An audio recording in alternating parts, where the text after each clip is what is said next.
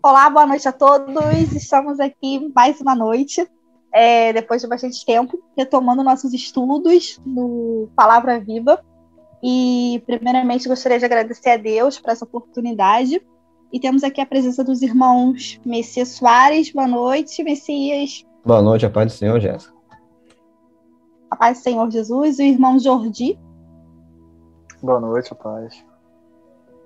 E o irmão Inácio. Boa noite, irmão Inácio. Amém. Boa noite, a paz. Amém. Então, gente, nosso tema de hoje é sinais dos tempos, né? Para começar, eu separei aqui 2 versículos bíblicos que é bastante conhecido no nosso meio, que fica em Mateus 24, versículos 7 e 8, que fala assim: Porquanto se levantará nação contra nação e reino contra reino, e haverá fomes e pestes e terremotos em vários lugares. Mas todas essas coisas são o princípio de dores. Então, nós estamos vivendo ainda no tempo, né, de pandemia, que não foi cessada, e acredito que seja um sinal bem evidente dos sinais dos tempos, né? Mas há crentes que não acreditam que seja. Acha que é só mais uma turbulência que a humanidade esteja passando. Até porque, se você for olhar, a gente for olhar para a história da humanidade, várias pestes a humanidade já passou, vários tipos de guerras, enfim, nação contra nação. Não é nada novo, né?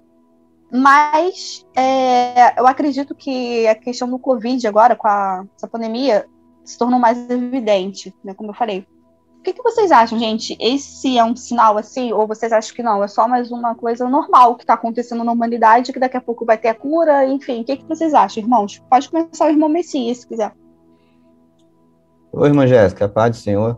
Quero agradecer por estar participando também a presença dos nossos amigos, o Diácono Inácio, eu já não sei se é presbítero já, o Não, sou diácono. Jordi, eu não sei se é diácono, presbítero, estou desatualizado. E a irmã Jéssica, tá? Quero agradecer a presença deles por estarem participando com a gente. Então, esse negócio dessa pandemia do coronavírus é uma peste, né? É mais uma peste. Porque a gente sabe que em Mateus, no livro de Mateus, Jesus ele fala sobre essas coisas, que seriam o princípio das dores, são sinais da vinda dele, né? E, para falar a verdade, essa do Covid, comparada, acho que a gente já teve, você falou que já é antigo, né? A gente teve essas aí mais conhecidas, mais famosas, como a peste negra e também a gripe espanhola, né? A peste negra, perdão, tá bravo. A peste negra, alguns estudiosos dizem que ela matou de 75 a 200 milhões de pessoas, né? E a gripe espanhola matou em média de 50 milhões de pessoas. E o Covid matou 3 milhões e uns quebrados, ainda não chegou a 4 milhões. Então, essa pandemia, em questão de trato na sociedade, assim, de morte, foi a que menos matou. Mas foi uma pandemia global. A gente sabe que a peste negra, ela foi lá pela região da Europa, para aquele lado de lá. Pelo lado de lá. A gripe espanhola também foi em outras partes do mundo, mas o Covid-19 foi global, geral. Porque, é claro, também por causa da globalização que nós temos. Então, como um fato de peste, eu creio que isso é um sinal. E esse sinal, dessa vez, atingiu a todo mundo, não só uma parte, mas a todo mundo. Eu creio, certamente, que isso é um sinal da volta de Cristo. E aquilo, né, são dores de parto. Essas coisas vão se repetir. Entendeu? É isso que eu penso. Irmão Jorge? Boa noite a todos. Boa noite. Tem. Boa noite a todos. Já dizia aquele ano, né? Os sinais da tua vinda já se mostram cada vez. E, de fato, existem os sinais, bem citado, Mateus 24, vem falando de alguns sinais que vão se mostrando, mas esses são só os princípios. O princípio das dores, ou seja, só o começo ainda não é nem o meio e nem o final. E bem relatado aí esse dado histórico do Messias sobre a peste negra, né? A peste bubônica. Também teve o ebola, teve a gripe aviária. Eu acho que gripe aviária, eu era adolescente na época, estudava no ensino fundamental. Teve um uso de máscara. Teve um uso de máscara, mas também não foi aquele uso como é hoje em dia, que é obrigatório, né? Em determinados locais. Mas eu sempre tô aqui para botar aquela pimenta no debate, né? Que negócio.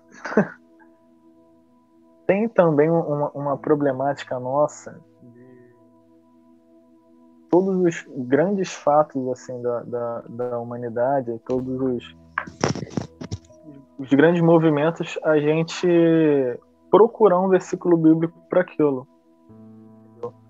Por exemplo, nós sabemos que existe um fenômeno natural da Lua, né? Eu não vou saber explicar porque eu não sou cientista, não tirava nota boa em física. Mas que a Lua fica vermelha, entendeu? Que a Lua fica vermelha. Aí o pessoal puxa lá o profeta e fala que quando a Lua fica escarlate, sangrenta e tal, e já...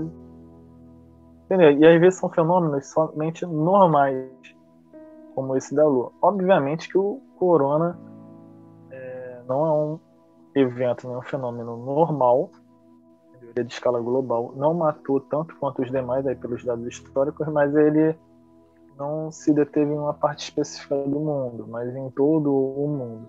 Acredito sim que esse é um dos sinais, mas um dos sinais só de princípio das dores. Muitos outros sinais serão dados e muitos outros sinais já foram dados anteriormente. É isso que eu gostaria de complementar, que é sim, de fato, um sinal a gente considerar, só que também sempre observando o quê? Será que todo e qualquer grande evento da humanidade significa um sinal dos fins dos tempos? Será que isso de fato é o que está no texto bíblico, ou eu estou forçando o texto bíblico para isso?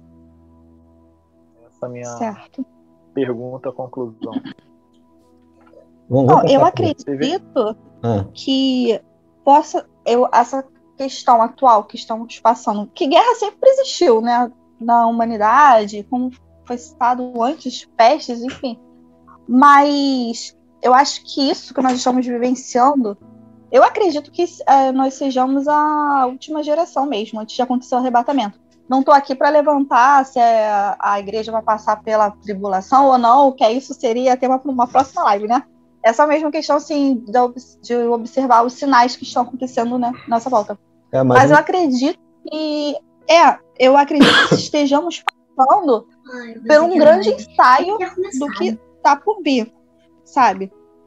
Essa questão da obrigatoriedade das coisas, por exemplo, vacina, também não estou aqui levantando bandeiras para tomar ou não vacina, mas é questão de isso, essas coisas, esses detalhes, sabe? Tem países agora que estão começando a querer embarrear se você não tiver com uma caderneta de vacinação, sabe? Ah, mas isso sempre existiu, ok. Tem determinadas áreas que você é obrigado a tomar determinada vacina, por exemplo, antirrábica. Quem não é da área de saúde, até onde eu sei, é difícil uma pessoa tomar a vacina antirrábica. Tem que você comprovar que você é da área de saúde, né? Mas eu digo assim, em escala global, você só pode viajar se tiver caderneta de vacinação com a tal vacina, né? E a gente está assistindo isso tudo em tempo real. Máscara, essas coisas assim. Então, eu acredito que isso seja um ensaio, assim, para mesmo preparar a humanidade para certas coisas que estão por vir, que você imagine. Você só pode agora comer ou beber se você tiver com a sua caderneta de vacinação em dia. Exemplo, sabe? Então, acredito que seja um ensaio, assim, bem para se observar das coisas que estão para acontecer, sabe? Alguma coisa para acrescentar, irmão Inácio? Amém. A Bíblia fala que os sinais seguiriam aqueles que crescem, né? Eu gostei muito da pergunta do irmão Jordi, porque, de fato, a Bíblia nos ensina sempre a ter equilíbrio, né, nas coisas. E, bom, a Bíblia, sinal significa qualquer manifestação que permite conhecer, reconhecer ou prever alguma coisa. De fato, o que acontece no nosso mundo, muitas vezes, é de proporções naturais e comuns. Mas tem coisas que não são apenas naturais, é o sobrenatural vindo ao natural, né? Até porque a Bíblia fala que por causa do pecado, todo o mundo, inclusive a natureza, foi afetada. E Jesus Cristo, ele é bem enfático, né, quanto aos sinais que aconteceriam. Então, o sinal é aquilo que manifesta algum tipo de manifestação e do qual devemos estar atentos. O que caracteriza essa pandemia, de fato, comparado com o número de mortes, foi bem pouco comparado às outras, né? Mas tomou uma proporção literalmente mundial. Como a irmã Jéssica acabou de falar, né? Tudo está sendo preparado para daqui a pouquinho uma nova ordem, um novo problema englobar novamente o mundo inteiro. As grandes mídias só passavam isso na televisão, né? E pessoas foram bombardeadas psicologicamente, né, por causa disso, que de fato é uma coisa séria que deve ser levada a sério, né? Mas os sinais não se limitam apenas a isso, não é só pandemias ou doenças. Teve a dengue também, que quando surgiu também foi uma coisa extremamente alarmante. Então, nem fala. Né, a dengue também, até porque hoje em dia as pessoas elas continuam morrendo de dengue, né? Tem gente que Exato. às vezes acha que não, mas é possível, e pessoas morrem de dengue, né? E existem muitos outros sinais. Por exemplo, a Bíblia diz que o evangelho seria pregado em todo o mundo, o que também é um sinal, né? Toda uma degeneração do ser humano, os homens tornando amantes de si mesmo. Talvez seja por isso que temos tanta ou quase nada de empatia, né? De nos colocarmos no lugar dos outros, né? Que também é sinal. Falsos profetas são outros sinais também. E, de fato, é bom a gente estar bastante atento, pedindo a Deus discernimento, aquilo que o Jordi fez uma pergunta excelente. Acho que quando a gente dobra o joelho e pede a Deus discernimento, a gente não fica nem de mais nem de menos. Porque uma das coisas que é interessante saber sobre Apocalipse é que Jesus vem, né? No sentido que eu tenho que aguardá-lo para com que eu possa viver eternamente com ele, na glória, né? E algumas pessoas querem conhecer o Apocalipse por uma questão de curiosidade. Aí gera-se um monte de teorias, marca-se data da volta de Cristo, coisa que não tem sentido, né? Mas o importante é saber que ele vem. Quando ele vem? A Bíblia diz que é de repente, ninguém sabe o dia e a hora, mas uma hora ele vai chegar. E a gente tem que ter algumas posturas, alguns posicionamentos como cristãos, né? Porque os sinais estão aí para nos dizer alguma coisa. O que esses sinais dizem? Que primeiro, ele vem, né? Segundo, qual é o nosso comportamento mediante aos sinais, né? Talvez fique aí uma pergunta, né? Para a gente seguir em diante. Qual é o posicionamento do cristão ao ver os sinais que acontecem, né? É isso. E é bom ressaltar também, gente, que a palavra de Deus é a maior profecia que nós temos, porque o que apareceu de profeta do caos nesse meio tempo, só misericórdia de Deus. Seria tema até para uma próxima live também, mas ele apareceu. É vergonhoso, né? Chega a ser engraçado. Chega a ser engraçado. É engraçado, mas eu particularmente eu me preocupo.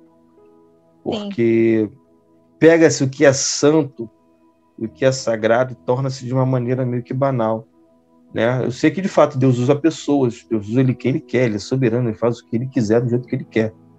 Mas, às vezes, a gente vê tanto besterol, tanta falácia, em que, às vezes, quando realmente Deus está falando, a gente está totalmente disperso, a gente está igual à época de Noé, comendo, né, casando-se, dando-se em casamento. Não que comer e casar-se seja errado, não é isso. Mas a ideia é dizer que vivemos a nossa vida e não estamos tão importando que Jesus está aí, né? A gente às vezes briga por coisas aqui humanas. A gente, como um soldado de Cristo, a gente não tem que se embaraçar com as coisas dessa vida, mas a gente faz ao contrário, a gente se embaraça, e muito, com as coisas dessa vida. É complicado, né? Que Deus levante profetas cheios do Espírito Santo de Deus, porque, em primeiro lugar, a profecia é a palavra. E se não temos essa consciência, aí já começa um outro sinal, os falsos profetas, né? Que é muito mais prejudicial do que qualquer outra coisa. É verdade. Ô, Jéssica, fala daquele cara que postou lá na página, falou sobre Ah, é verdade. a volta de Jesus. Eu tinha esquecido. Eu tinha postado uma imagem sobre a volta de Jesus, né? Eu não lembro a frase agora, mas tipo, falando da volta de Jesus. Aí veio o irmão, eu não sei se nem chega a ser irmão em Cristo, ou alguém lá se passando, enfim, algum seguidor lá da página, ele simplesmente não gostou. Falando que como se nós estivéssemos como é que a palavra fugiu agora? Colocando medo nas pessoas. Colocando isso nas pessoas. E aí eu fiquei na dúvida se realmente ele é alguma pessoa que se desviou do caminho, ou nem crente ele era, né? Mas ele simplesmente achou absurdo, achando que nós quiséssemos ali, promoveu ali o medo nas pessoas, falando da volta de Jesus, enfim. Então, acho que isso bate no ponto. Até que ponto o crente, acho que foi o irmão Jorge que falou, ou o irmão Inácio, não lembro, a questão do equilíbrio, né? Porque tem uns que são espirituais demais, leva tudo, né? Que, sei lá, a pessoa espirrou, ai, nossa, alguma coisa da área espiritual. Ou aquelas pessoas que, ou aquelas pessoas que também é muito, sabe, não leva nada pro lado espiritual. Eu acho que incrédulo, acho que foi a questão desse irmão. E até no dia eu respondi alguma coisa, a outra irmã também que ajuda a administrar a página também colocou versículo para ele. Aí eu acho assim, eu falei assim, é a realidade também que a gente está vivendo. Que muitos também estão, assim, passando a vida também sem perceber os sinais. Eu acho que, por isso que eu comecei falando, se vocês acham que isso que nós estamos vivenciando é um sinal do fim dos tempos ou não, né? Porque tem gente que tá dormindo na fé, né? Olha, a questão desse rapaz aí, claro que não dá pra gente saber a intenção do coração dele, né? Somente Deus, mas dá para reparar que ele falou de ter medo, né, de falar sobre o fim dos tempos, porque existe entre nós uma interpretação errada sobre o fim dos tempos. Tem gente até que não gosta de ler Apocalipse de noite, né? Existe esse mito por aí. Não lê de noite, não lê meia-noite, Apocalipse. Porque existe uma visão errônea, errada sobre o Apocalipse, sobre o fim dos tempos. Por exemplo, outras religiões falam sobre o fim dos tempos? Falam. Tem até aquele filme, né, do Thor, que é Ragnarok, que é o Apocalipse lá, viking, né? Os deuses nórdicos e tudo mais. E outras religiões também têm essa questão de fim do mundo, de apocalipse, filmes como 2012, entendeu? Por exemplo, só que a grande diferença entre cristianismo sobre o fim dos tempos e esses outros demais é que o cristianismo não fala sobre destruição. Eles falam sobre destruição. 2012, O Dia Depois de Amanhã. Ragnarok, O Dia Depois de Amanhã. A capa desse filme é até muito bonita. Só que o cristianismo não fala que o fim dos tempos é uma destruição, mas é uma restauração. Deus criou o mundo, ele falou que estava tudo, que era muito bom, tudo era muito bom. Com a entrada do pecado, a gente vê aqui, até Romanos diz, né, que a criação geme, ou seja, a própria criação, tanto os animais que têm vida, como até as coisas inanimadas, como o clima, as árvores, as florestas, o mar, estão indignados, revoltados e estão gemendo por consequência do pecado. Então, o erro em ter medo de falar sobre o Apocalipse, em ter medo de falar sobre o fim dos tempos, é uma visão equivocada sobre o que é o fim dos tempos. O fim dos tempos, Deus promete restauração, entendeu? É muito diferente. E até nessa questão de tá espiritualizando demais, ou a pessoa é muito espiritual, ou a pessoa é muito terrena. O próprio Jesus Cristo, assim que antes de ascender aos céus, ressuscitado, né? Ele vem em forma corpórea. É um corpo, claro que glorificado, é um corpo diferente desse corpo que a gente tem hoje em dia, para ele mostrar que não existe essa divisão. Essa divisão que cria a gente entre tá tudo junto. Mundo espiritual e mundo terreno. Não. Tanto não está separado que na renovação de todas as coisas, na restauração de todas as coisas, a gente não vai ser fantasminha. A gente vai ter o mesmo corpo que Jesus teve. Por isso que ele é chamado de primogênito dos mortos. Entendeu? Primogênito de ressurreição. Por quê? Mas Lázaro ressuscitou primeiro do que ele. Aquela menina que ele fala, Talita, levanta-te. E outros que também ressuscitaram com Jesus. Quando ele foi morto, teve gente que ressuscitou, né? Um montão de gente ressuscitou e apareceu na cidade. Como é que Jesus é primogênito se teve gente que ressuscitou antes? Porque se ressuscitaram de volta nesse corpo. Ele foi o primeiro a ressuscitar num corpo glorificado. Entendeu? Então até ele mostra na nossa ressurreição que o mundo vindouro a gente não vai ser fantasminha. Ele comeu peixe. Entendeu? Sentou com os discípulos e comeu peixe. Lá em Apocalipse fala que tem a árvore das nações, que você vai poder comer dela, que ela é a árvore da vida.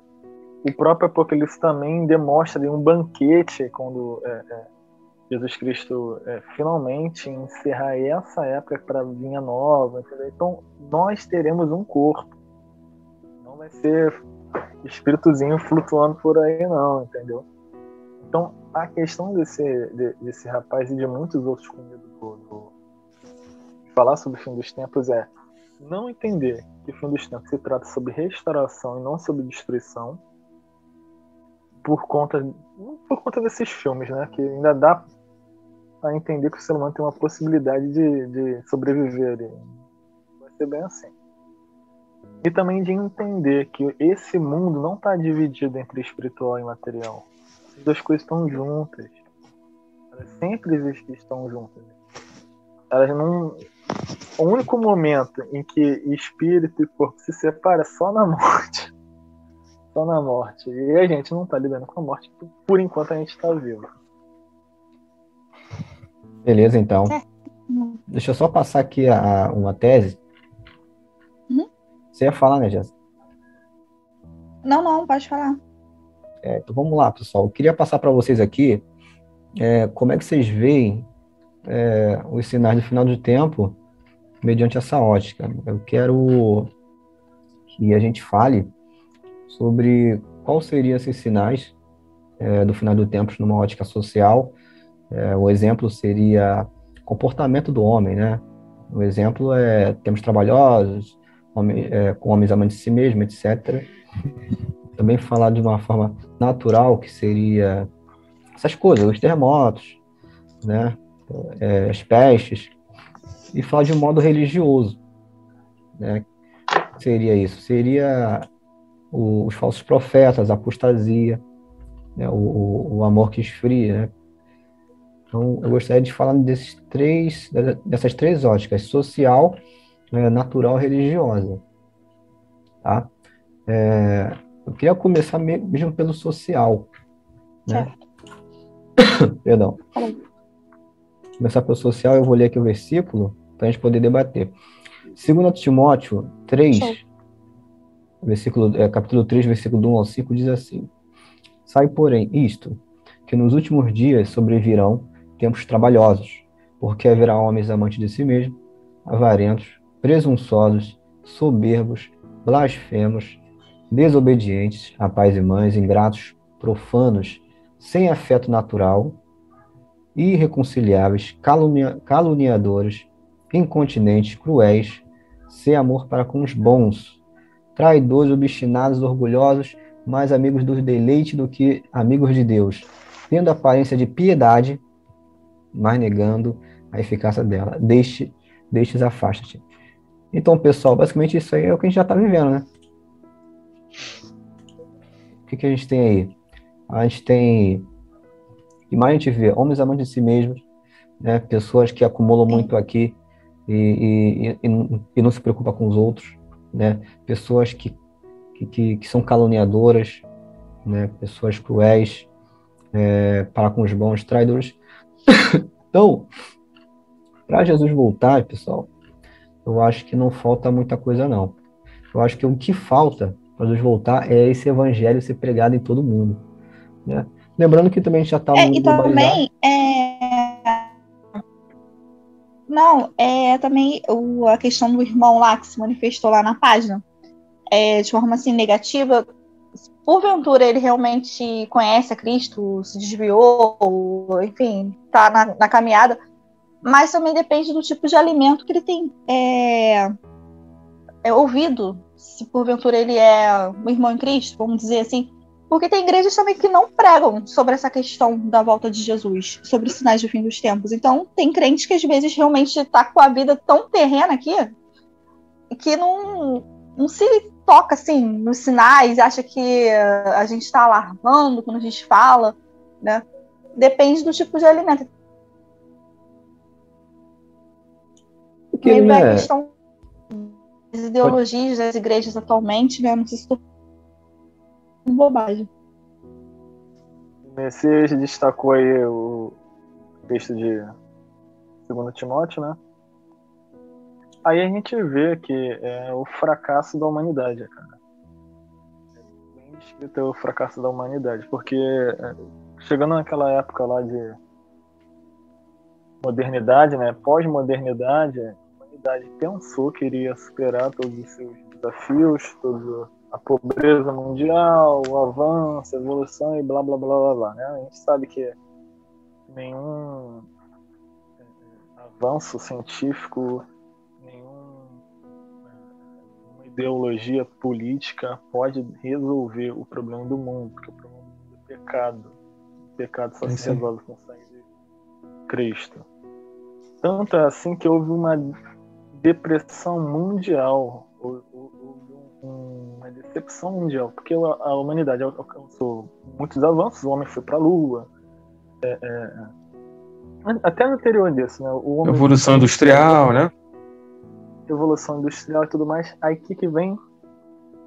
Primeira Guerra, Segunda Guerra, e todos esses avanços foram usados para a guerra. Guerra Fria. E é como a Jéssica falou lá no início, guerra sempre teve, mas essa foi de uma proporção de escala mundial. Então todo mundo falou assim, caramba, mas a gente pensou que ia avançar e não avançou. Por quê? Porque o amor vem se esfriando, né? Só aqui em Timóteo são 19 características do homem que é uma besta encarnada,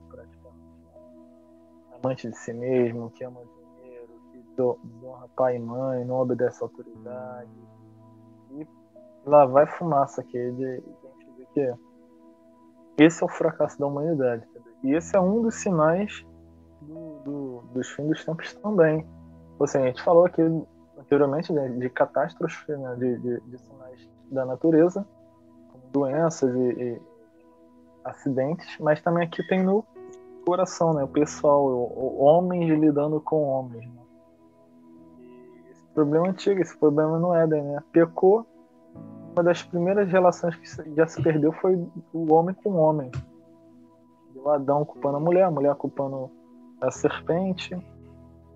Então dali já gerou intriga, desconfiança, traição.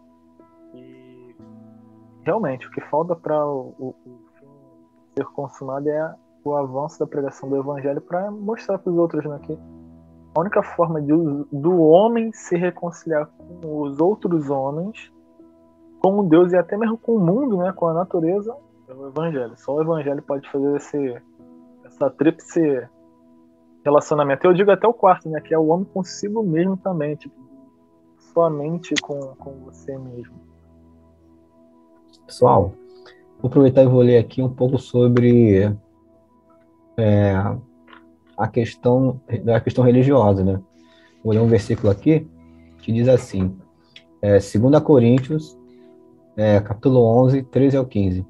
Porque tais falsos profetas são obreiros fraudulentos, transfigurando-se em apóstolos de Cristo. E não é maravilha, porque o próprio Satanás se transfigura em anjo de luz. Ou seja, o diabo também faz essas coisas, milagre, etc. Não é muito, pois, que os seus ministros se transfigurem em ministros da justiça, a fim dos quais será conforme as suas. Aqui termina aqui. Então, pessoal, a gente falou aqui da parte social, realmente aí a qualidade da humanidade, né? Está se tornando aquela qualidade igual de Sodoma e Gomorra. A parte da natureza que geme, né? Com seus sinais, que é o terremoto, as pestes. Já tivemos várias pestes aí, né? E temos também a parte religiosa, que a gente estava até comentando aí, como o Jordi estava comentando, que é a parte das fraudes, né? Dos falsos profetas, pessoas que vêm como ministro de justiça, às vezes vem às vezes as lideranças, os pregadores, eles vêm bonito, eles vêm com terno, eles vêm falando bonito, né, com gravatinha, ou então vem aquela pessoa divertida, que é legal, né, que todo mundo gosta, né, e acaba aproveitando de toda essa astúcia dele para enganar as pessoas, para fazer negócio, para enganar, para torcer o caminho das pessoas e perdão de novo, esses são os falsos profetas, que também é um sinal do final dos tempos, né? Assim como a apostasia, né? No meu caso, eu creio que a apostasia já está aí. Agora eu quero que vocês comentem sobre essa parte do engano religioso e dessa apostasia, né? Se a apostasia está grande, se está se manifestando ainda, onde é que a gente está nessa parte? Vai lá, o corajoso aí. Vai, Inácio. Pô, GG, ia deixar essa pra tu. Tá bom pra caramba só ouvir aqui.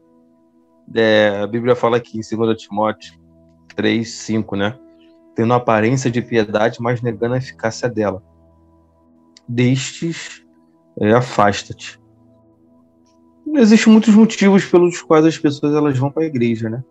Às vezes tem medo de uma palavra que ouviram, às vezes tá com algum problema sentimental e querem Jesus ali no momento, às vezes está com problema psicológico, algum tipo de problema, e ela vai para a igreja, né? Mas a conversão, a pessoa quando se converte é totalmente diferente, né? Às vezes a gente tem roupa de crente, se é que tem linguagem de crente, tem toda uma cultura de crente, né? Mas ser servo do Senhor Jesus Cristo, realmente ter encontro com Cristo, é uma coisa completamente assim diferente. Uma pessoa que de fato ela é convertida, ela deseja buscar a Deus, ela deseja clamar ao Senhor, ela deseja estar perto de Deus, né? Existe uma pseudo-conversão, aquela que a gente tem toda uma aparência, a gente se apresenta externamente. Às vezes a gente apresenta um conhecimento que não tem, a gente fala numa tonalidade para parecer uma unção que não tem, né? E tu vai e pega o microfone, mas no fundo não é nada daquilo. Jesus fala que nem todos que estão em Israel, né, são israelitas. Algumas pessoas elas têm aparência de piedade, mas nega a eficácia dela. Então eu posso falar como crente, ter roupa de crente, mas não ter o Espírito Santo de Deus. É isso que Jesus fala em Mateus 25, né? Ainda seguindo a sequência do sermão, né? Do monte, em que eram 10 virgens. Todas eram virgens, todos queriam se encontrar com o noivo, né? Sendo que só 5 tinham azeite, as outras 5 não tinham. Então, eu posso falar numa mesma linguagem, eu posso ter uma cultura, mas infelizmente ser cristão é algo totalmente diferenciado. Eu digo por mim porque eu nasci no Evangelho, eu nasci todo nesse meio, eu nasci no meio pentecostal. Então, eu dou graças a Deus que um dia o Espírito Santo me revelou quem era realmente Jesus, quem ele era. E quando eu compreendi quem é ele, eu passei a entender quem eu sou na presença dele. E a gente vive uma complicação porque não se prega mais Jesus. Cria-se uma imagem de Jesus Cristo. Às vezes a gente fantasia muito sobre um Deus do qual realmente ele não existe. Tanto um exemplo, né? Jesus pergunta para os seus discípulos: quem dizem que eu sou? Houve um silêncio, e quando responderam, falaram que ele parecia com Elias, outro com Jeremias. Ele pergunta novamente: mas quem eu sou? O único que responde é Pedro, mas pela ação do Espírito Santo. Então, isso é preocupante. Não sabermos quem é Deus. Olha que coisa louca. Como eu posso me relacionar com uma pessoa e eu não saber quem ela é? Como eu posso ser um exemplo aqui? Pô, eu não posso ter a minha esposa e não saber os segredos dela, não ter intimidade com ela, não confiar nela. Com Deus é a mesma coisa. A gente está dentro do templo ali. Até porque o templo, sabe, claro, o templo somos nós, mas estamos ali na congregação, naquele espaço. E oramos e clamamos e muitas vezes até fazemos milagres, porque Jesus fala que muitos vão falar: Senhor, eu expulsei demônio, eu preguei. Jesus fala assim: olha, eu não te conheço. Então isso é assustador demais. E a gente precisa saber quem é Jesus. Precisamos voltar ao verdadeiro evangelho, né? E a mensagem da cruz, a Bíblia, ela te confronta. Eu tenho muitas opiniões, mas eu, sinceramente, quando eu leio a Bíblia, eu vejo quão errado eu estou junto com as minhas opiniões. O que eu preciso fazer é me sujeitar a Deus e a sua palavra. Então, que a gente venha a ser piedoso de verdade, a gente venha a ter compromisso e comunhão com Deus. Isso é mais do que a igreja, mais do que dar dízimo e oferta. Eu ouço as pessoas dizerem isso: não, varão, dê-me oferta. E oferta é gratidão, dízimo é gratidão. Cria-se uma imagem de Cristo onde ele é ponte de possibilidades. E quando ele não quer fazer? Porque o mesmo Deus que cura é o mesmo Deus que permite que crianças hoje morreram de câncer, morreram de acidentes horríveis. É o mesmo Deus. E quando Deus não quiser me curar, permitir que eu morra, permitir que meu filho morra. Eu não quero que meu filho morra, pelo amor de Deus, longe de mim. Mas eu prego um Deus que é um Deus soberano, e ele pode se matar o meu filho. E aí? Aí é o negócio. Aí o bicho pega, porque a gente percebe quando estamos firmes ou não pelas provações que passamos. Gente, isso é muito sério. Eu compartilho isso com vocês que estão na live, mas os que verão, né? Que a Bíblia fala o seguinte, lá em Jeremias 9, 23 e 24, né? Não se glorie o sábio em sua sabedoria, nem forte em sua força, nem o rico em sua riqueza. Mas se você fosse gloriar, glorie-se nisso, em me conhecer, né? Em saber que faço misericórdia e justiça. E precisamos ter intimidade e saber quem é Jesus. Entendeu? É isso. Falei muito, né, gente? Desculpa. Acontece. Me desculpa. A questão é o alimento que está sendo passado para a igreja, né? Porque é muito difícil. As pessoas não... Muitos cristãos não estão firmados na rocha porque não estão acostumados a ouvir isso. Por exemplo, que, como você falou, o mesmo Deus que cura, às vezes é o mesmo Deus que adoece. Né? E quando Deus fecha uma porta, não tem ninguém que abra. E vice-versa.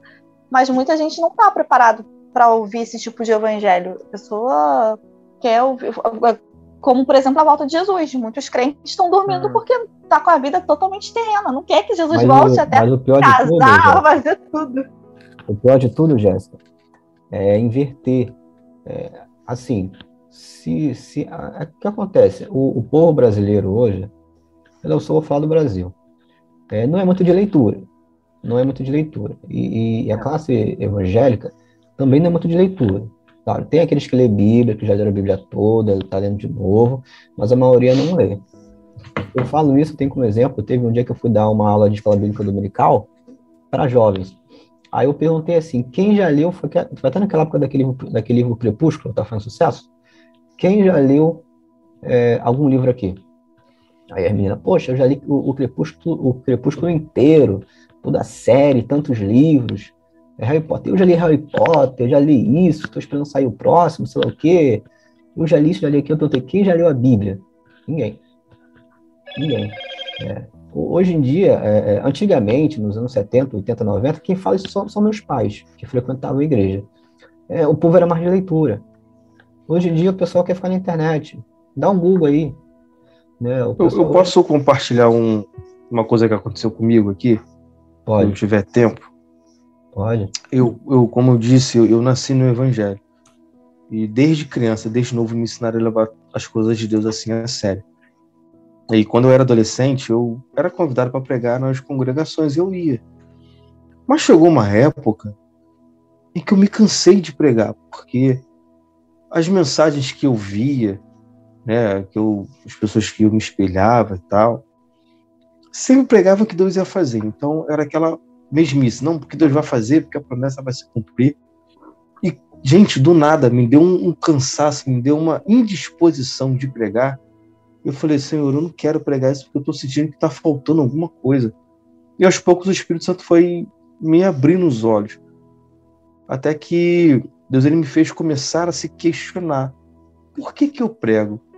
Qual é o meu objetivo como pregador? Então, aos poucos, Deus foi me ensinando o que é isso. Eu li uma história de David Brainerd. Não sei se vocês já ouviram falar. Já ouviu, Jorge? Já ouvi falar. Então, essa história me impactou. E a história é a seguinte, ele era um jovem, ele abriu mão de muitas coisas, ele foi pregar o evangelho para os índios. Né? E se eu não estou enganado, ele morreu uns 12 ou 13 anos depois, né? Com algum tipo de doença, que ele era muito fraco, pegava muita chuva. E eu lendo aquele livro, eu falei assim, caramba, ele só está pregando para ganhar almas. Aí o Espírito Santo falou assim, é para isso que eu te chamei. É para com que vidas se convertam. Então eu leio a Bíblia, claro, não só para pregar, em primeiro lugar. A maneira de eu conhecer a Deus é lendo Bíblia, não adianta. Eu tenho que sentar e tenho que ler Bíblia. Se eu li uma vez, vou ler de novo. Senhor, não tô tendo força, eu vou clamar, eu preciso me esforçar, né? E à medida que a gente vai lendo, claro, cada um tem a sua chamada com Deus, né? E não devo ler só para pregar, mas em primeiro lugar eu leio para conhecer a Deus. Mas ao pregar a palavra, os que ministram, preguem a Cristo, e este crucificado e ressurreto ao terceiro dia. Porque oratória, uma boa oratória, a gente não tem que pregar para ganhar tapinha nas costas. Existiram dias na minha vida de experiência que Deus me deu uma mensagem completamente exortativa, e eu falei, Senhor, eu acho que eu vou apanhar aqui dentro da igreja. Acabou a mensagem, a irmã veio quase que em lágrimas e falou assim, cara, eu glorifico a Deus pela tua vida, porque toda essa exortação que você falou veio de encontro à minha vida. Então Deus às vezes vai te dar mensagem pesada, né? Porque é contra o nosso pecado, e a gente, cara, a gente bebe iniquidade como se fosse água, né? Então, que preguemos o evangelho, Cristo crucificado e este ressurreto, é a mensagem da cruz. Não temos o outro assunto, não é na oratória, no nosso conhecimento, não, é no poder de Deus, né? Então que Deus nos ajude, nos dê força, e levantem homens e mulheres comprometidos em pregar, em viver e ensinar, não só para os outros, né? Primeiro dentro da minha casa. O culto começa aqui na minha vida, com a minha esposa, com o meu filho. Eu tenho que ler a Bíblia para o meu filho, né? Eu preciso orar aqui dentro, em primeiro lugar. Depois os outros, né? Porque se não for aqui, tem alguma coisa errada. Como é que eu sou cristão e meu filho não conhece Jesus? A minha parte eu tenho que fazer. Claro que Jesus é quem vai tocá-lo e convencê-lo. Mas é minha obrigação como pai e servo de Jesus Cristo ensinar ao meu filho, orar com a minha esposa, sentar, meditar a palavra do Senhor, que Deus nos dê força. Que Deus nos dê força para fazermos isso. Mais e mais, entendeu? E é isso. Desculpa, falei muito de novo. Inácio, pode falar, Jorge. Não, pode falar.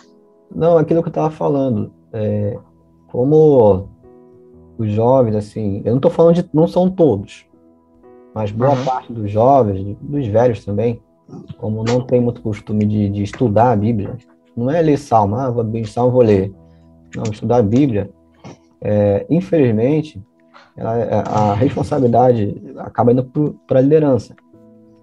E é aquilo que o Inácio falou, tem gente que tem vezes que Deus vai curar, tem vezes que Deus não vai curar.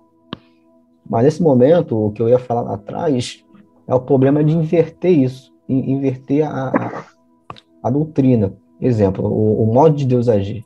Por exemplo, se você é curado, é porque você realmente é um crente bom, Deus está de acordo com a tua vida, etc. Agora, se você não for curado, não, alguma coisa está errada na tua vida. Você não tem fé o suficiente. Né? E distorce a palavra. E ficar pregando dinheiro, der espaço para ter um casamento bom, der espaço para alcançar sucesso, começa a botar luzinha, fumaça, bota um monte de coisa, menos o evangelho genuíno. Eu não tenho problema. Cara, isso daí. Se quiser botar luzinha, Isso bota. aí. Se quiser botar luzinha. Isso daí nada mais é do que salvação por obras, né? Não pela graça. Porque olha só, eu fico doente porque não estou com a vida correta. E se estou com uma vida correta, então não fico doente, entendeu? É como se fosse uma forma de barganhar com Deus a saúde. Isso também acontece com vida financeira. De que se eu dou o dízimo, a vida financeira vai bem. Se eu não vou, ela vai mal. Às vezes não, às vezes porque você não... Vamos lá, né? O brasileiro não tem uma cultura de leitura, seja lá de que livro for, entendeu? Seja lá de que livro for. Também é muito mal administrando suas finanças.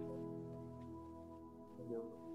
E a gente quer resolver isso de forma mágica, miraculosa, jogando no colo de Deus uma barganha. No colo de Deus uma barganha, que ele que tem que resolver dessa forma. Aí é que entra o que você falou, Messias, sobre os sinais de forma religiosa, né? Esses daí são falsos profetas. Esses são para os falsos profetas presas fáceis. Entendeu? O anticristo se faz aí. Então já é um outro elemento também dentro do final dos tempos. Sabemos que tem os anticristos, né? Tipo, vários anticristos aparecem e vão aparecer ao decorrer da história. Mas sabemos também que tem o anticristo, né? Aquele que é o boss, né?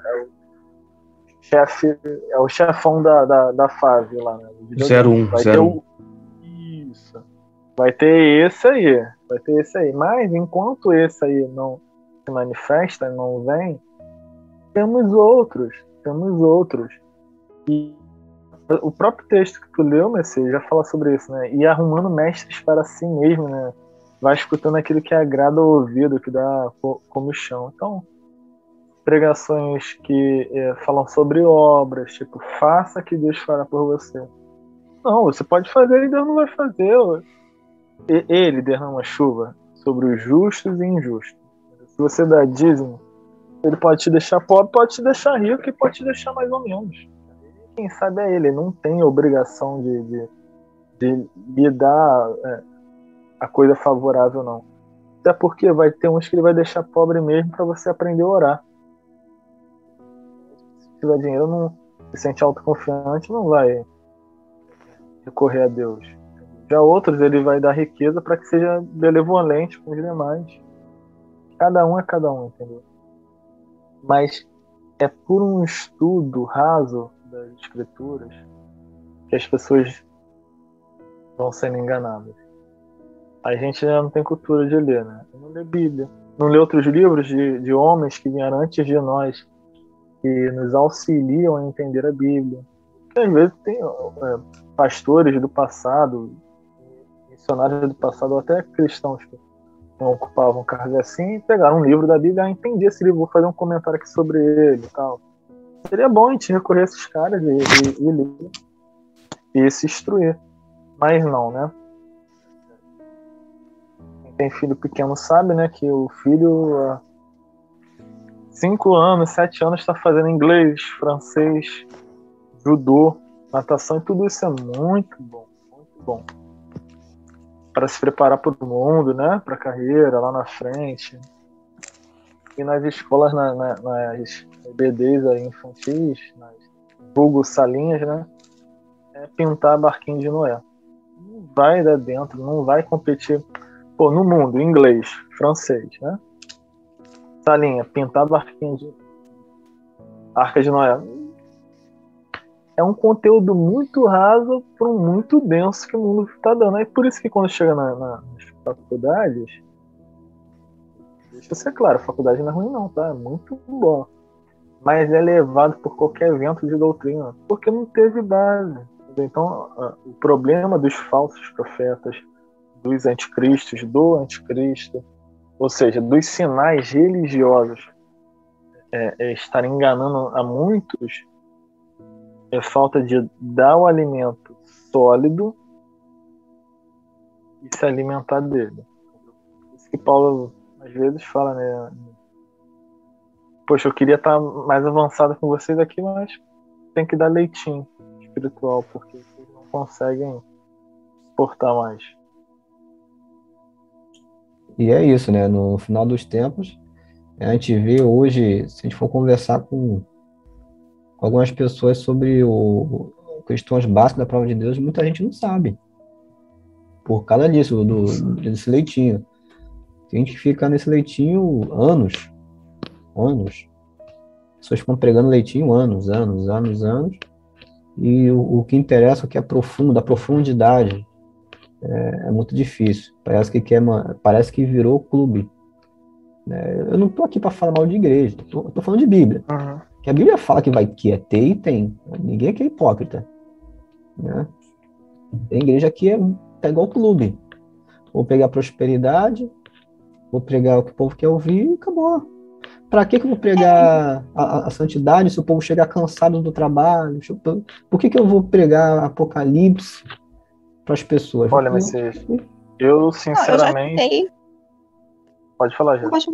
Não, eu já escutei pastor falando que não gosta de pregar Apocalipse porque é um livro muito complexo e não prega, mas ele é super... Não vou citar nomes, né? Mas é super adepto à teologia da prosperidade, né? Mas aí na hora de pregar eu até entendo que o Apocalipse é complexo, né? Mas não tem como fugir, é um livro da Bíblia, mas aí o pastor tipo assumir que não gosta, eu falei assim, mas aí teologia da prosperidade prega que é uma beleza, né? Mas a realidade, mas a própria palavra diz, né? Eu esqueci agora o versículo de cabeça. Erra o homem, pois não examina as sagradas escrituras, né? A própria palavra adverte isso. Eu, sinceramente, tanto do crente que é membro comum, como do pastor, eu desconfio. Porque a Bíblia diz que a aurora do justo é como o amanhecer do dia, né? Vai raiando mais e mais até ser dia perfeito. Então, o crente só quer estar no leitinho, não vai se desenvolvendo, eu desconfio sempre. E para pastores tem cobrança ainda maior, né? Eles estão numa posição que é justo ter uma cobrança maior. Então, se o cara não quer pregar sobre Apocalipse porque ele julga complexo, ele é um preguiçoso. E Deus não quer preguiçoso em sua obra. Isso a gente aprende direitinho nessa linha. Tem a musiquinha lá, Deus não quer preguiçoso em sua obra. Deus não quer, cara. Tem também, cara, agora me fugiu legal a mente. Tipo assim, que Deus fala, né, que se for para fazer, faz com zelo. Se não for fazer com zelo, nem mete a mão. Então, mostraram uma pregação de um pastor para mim recentemente. E eu falei que, pregação boa, tudo mais, tal. E teve uma coisa ou outra que eu pontuei assim, a pessoa, poxa, mas aí é um pouquinho duro. Eu falei, não, mas a pregação foi boa, mas realmente de um pastor se requer uma cobrança maior. Porque ele é um pastor.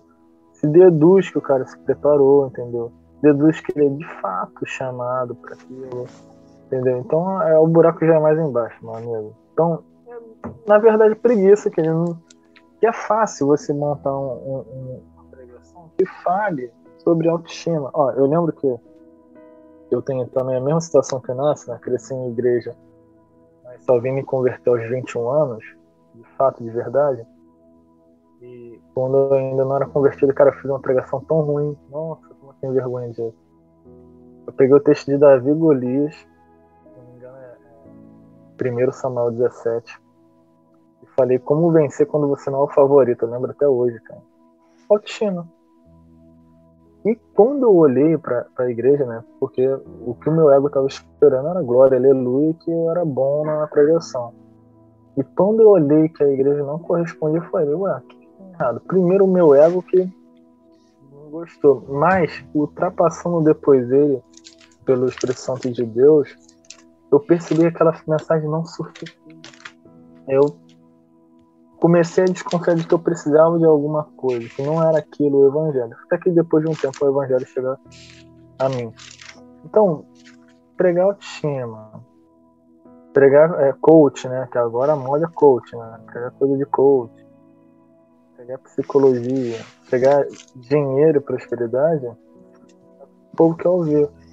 Agora ouvir que tu é um pecador safado, que você tem que se arrepender, que tudo que tem dentro de você é pura miséria de pecado, de iniquidade, é só besteira e baboseira que tu fez e pensou em toda a sua vida, que não vai ter jeito, a não ser que você se arrependa e creia na obra da cruz de Jesus Cristo.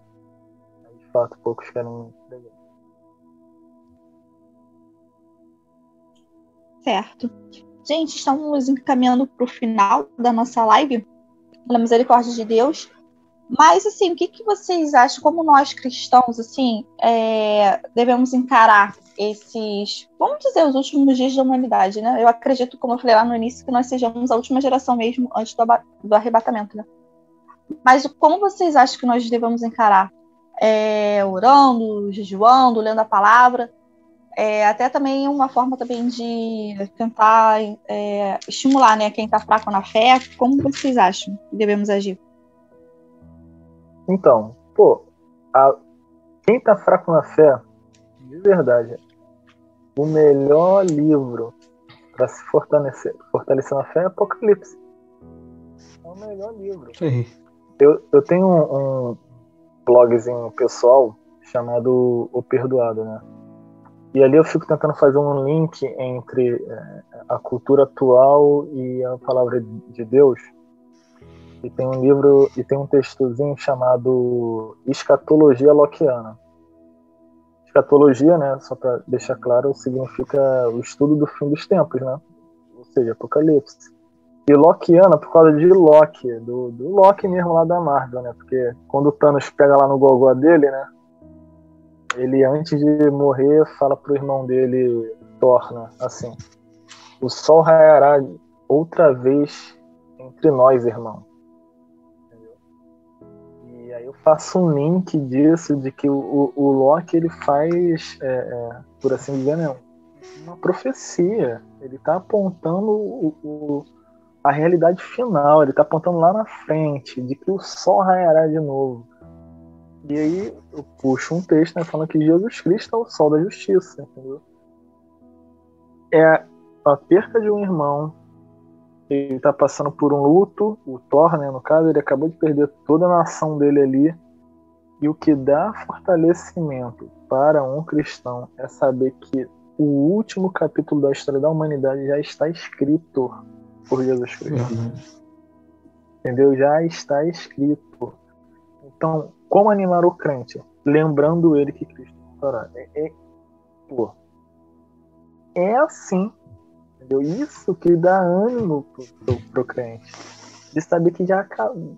Billy Graham falou isso, né? Eu já li o último capítulo da Bíblia e sei que vai dar tudo certo. Então é isso. Não tem. Se você não pregar na sua igreja, fazer estudo sobre o fim dos tempos, o ânimo vai diminuir. Quando Pedro escreve sua carta, a igreja está passando uma situação ali de perseguição mesmo do Estado romano. Entendeu? E aí, como é que Pedro vai mandar para os caras lá? Não, aguenta firme e tal, autoestima, não, vai lá, avisa quem falou da tua vida que tu vai ficar de pé e tudo mais. Não, Pedro ele não consola a perseguição com palavras de autoajuda. Ele consola a perseguição com escatologia, com o fim dos tempos. E Jesus Cristo voltará e ele renovará todas as coisas e nenhum sofrimento é em vão. É assim que se anima um crente. Exato. Mais alguém para fazer alguma consideração? Apocalipse é isso, né? Mensagem de vitória, é uma mensagem de ânimo, mensagem de restauração, em que Cristo voltará e nos levará para morar com Ele eternamente. Isso é Apocalipse, saber que ele volta, e essa é a nossa esperança, como tem um hino da harpa, né? Nossa esperança é sua vinda. Há um mês atrás, eu passei uma injustiça junto com a minha família, né? E eu falei assim, olha, para minha esposa, se eu não fosse cristão, eu resolveria isso no braço. Mas como a gente é da igreja, esse lugar, essa terra não é para mim, né? A gente busca coisas espirituais, né? A Bíblia fala que a nossa pátria está nos céus, no qual aguardamos e esperamos a vinda do nosso Senhor Jesus Cristo. Como é que a gente encara todas essas ambiguidades, todas essas contrariedades no decorrer do dia a dia, todo esse clima da natureza com tanta fúria? Como é que a gente encara toda uma sociedade distante de Deus, avarenta, amante de si mesmo, desobediente a pais e mães?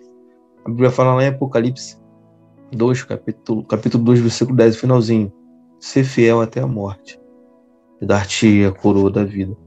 Mesmo que a gente seja humilhado, desconsiderado, deixado de lado, ser fiel até a morte.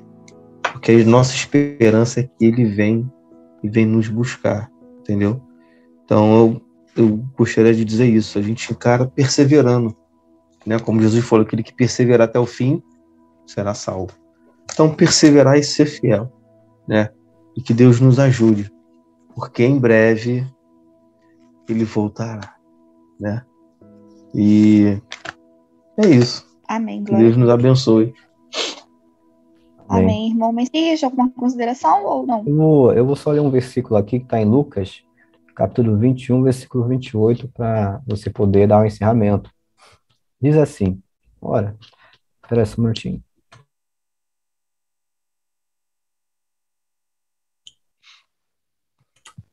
Vamos lá.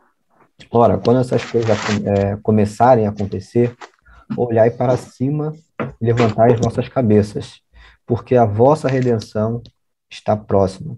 Lucas 21, 28. É isso que eu deixo para você. Amém. O versículo é muito forte.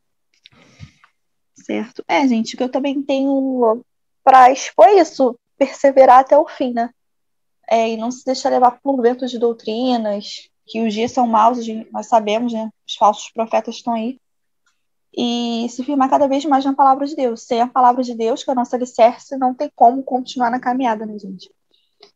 E é isso. E gostaria de agradecer, então, gente, a presença de cada um de vocês, os irmãos que estiveram aqui conosco, passando o ensinamento de vocês. Muito obrigada mesmo, irmão Inácio, irmão Amém. Jordi, irmão Messias. Amém. E para vocês que estão nos ouvindo, que vocês venham ser abençoados em nome de Jesus.